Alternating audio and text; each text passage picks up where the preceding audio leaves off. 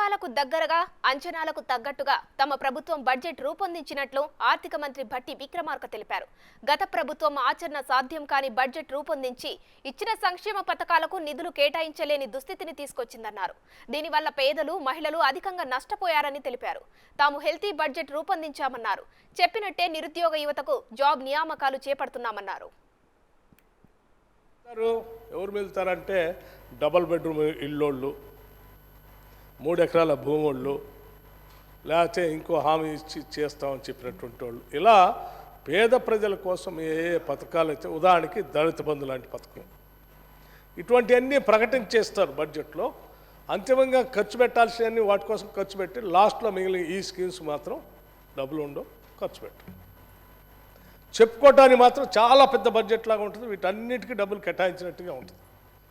కానీ అంతిమంగా చూస్తే నష్టపోయేది పేదలు, బలహీన వర్గాలు, మహిళలు, పావలా వడ్డీ కోసం లేకపోతే వడ్డీ లేని రుణాల కోసం ఎదురు చూసే సెల్ఫ్ హెల్ప్ గ్రూప్స్ మహిళలు, ఇటువంటి వాళ్ళందరూ అంతిమంగా 10 ఏళ్ల నుంచి నష్టపోతూ వస్తూ ఉన్నారు. స్కీమ్స్ చెప్పుకుంటూ వస్తూ ఉన్నాం, నష్టం మాత్రం వాళ్ళు భరిస్తూ ఉన్నారు. అందుకోసం ఈసారి మేము చాలా ఒకసారి అధ్యక్ష, ఇటువంటి బడ్జెట్ జనరల్గా ఏంటి హెల్తీ బడ్జెట్ ప్రజెంట్ చేసే ఏ రాష్ట్రాల్లో కూడా ఉండవు అధ్యక్ష. ఉదాహరణకి మన మిగతా రాష్ట్రాలు చూస్తే రాజస్థాన్ లాంటి రాష్ట్రం 116%, 116.4% అంటే బడ్జెట్ పెట్టిన దానికంటే ఖర్చు ఎక్కువ పెట్టారు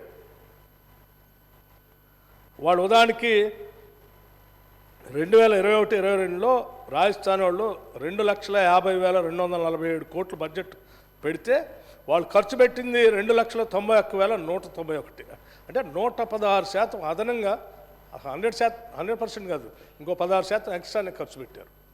అంటే వాళ్ళు 10 సంవత్సరాల అధ్యక్ష ఉద్యోగాల కోసం ఎదురు చూసి చూసి చూసి గడ్డాలు మీసాలు పెంచుకొని పిచ్చోళ్ళే రాష్ట్రంలో యువత అంతా తిరుగుతూ ఉన్నారు. 10 సంవత్సరాల అధ్యక్ష గ్రూప్ 1 పరీక్ష కోసం ఉస్మానియా యూనివర్సిటీ నుంచి మొదలు పెడితే రాష్ట్రంలో ఉన్న అన్ని యూనివర్సిటీస్, రాష్ట్రంలో ఉన్న అన్ని కోచింగ్ సెంటర్స్లో తల్లిదండ్రులు పాపం కూలీనాలు చేసుకొని పోగేసిన డబ్బులన్నీ వాళ్ళ కోసం పెట్టుబడి పెడితే 10 సంవత్సరాలు ఒక్క గ్రూప్ 1 రిక్రూట్మెంట్ కూడా చేయలేకపోయారు. ఒక్కడు కూడా చేయలేకపోయారు కదా. ఎంతమంది తల్లులు కన్నీరు పెట్టారో మీకు తెలియదు కాదు. అటువంటి ఉద్యోగస్తుల కోసం ఈరోజు మేము చాలా స్పష్టంగా చెప్పాం.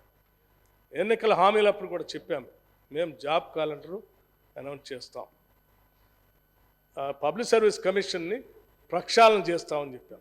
ఈరోజు అధ్యక్ష పబ్లిక్ సర్వీస్ కమిషన్ సంబంధించి పూర్తి స్థాయిలో ప్రక్షాళన చేయటమే కాకుండా దానికి కావాల్సినటువంటి అదనపు సిబ్బందిని ఇచ్చాం.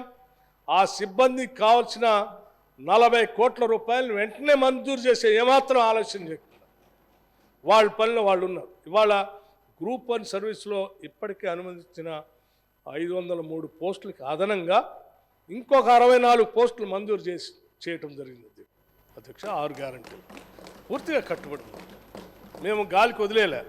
అందుకోసమే 6 గ్యారంటీల గురించి ఉన్న బడ్జెట్లోనే మీలాగా 6 గ్యారంటీలు కావాల్సిన ఖర్చు అంతా లెక్కేసి దానంతా బడ్జెట్లో యాడ్ చేసి మేము 4 లక్షల కోట్లు బడ్జెట్ పెడుతున్నాం, ఆ 4 లక్షల కోట్ల గ్యారంటీలకు 1,50,000 ఇస్తున్నాం, మిగతాదంతా వీటి కోసం ఖర్చు పెడుతున్నాం చెప్పలేదు అధ్యక్ష. వాస్తవ రాబడి ఎంత ఉందో చూసాం. ఆ ఉన్న దాంట్లోనే జాగ్రత్తగా జీతాలు ఇచ్చేవాళ్ళకి జీతాలు ఇస్తున్నాం, పెన్షన్ ఇచ్చేవాళ్ళకి పెన్షన్లు ఇస్తున్నాం, ఏంటి డెట్ సర్వీసింగ్ చేయాల్సింది డెట్ సర్వీసింగ్ చేస్తున్నాం, మేము ఇచ్చిన హామీలు ఏం చేయాలో చేస్తున్నాం, రైతు భరోసా కోసం ఏం చేయాలో అది చేస్తున్నాం. వాటన్నింటినీ జాగ్రత్తగా లెక్కలేసి ఈ 6 గ్యారంటీలకి 53,196 కోట్లు ప్రాథమిక అంచనాల ప్రకారం వీటిలో కేటాయించాము. ఇది తప్పే ఉంది దీంట్లో.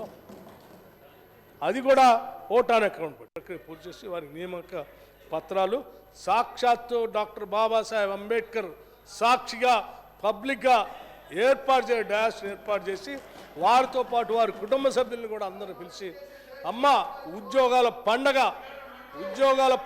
ఉద్యోగాల జాతర మొదలుపెట్టాము ఈ రాష్ట్రంలో. ఇది ఆరంభం మాత్రమే, అంతం కాదు. ఈ సంవత్సరం మొత్తం ఇటువంటి జాతరలే ఉంటాయి ఈ రాష్ట్రంలో అని చెప్పి ఒక కార్యక్రమం చేశాం. అంతెందుకు అధ్యక్ష, ఈరోజు కూడా ఆలస్యమైంది. ఈరోజు కూడా ఇంకొక గంటలో ఇంకొక 2,000 మందికి సోషల్ వెల్ఫేర్ డిపార్ట్మెంట్లో సంబంధించి రెసిడెన్షియల్ స్కూల్ సంబంధించి ఇవాళ వాళ్ళకు కూడా పిలిచి భారీ ఎత్తుగా హైదరాబాద్ పిలిచి నియామక పత్రాలు అందిస్తామన్నది.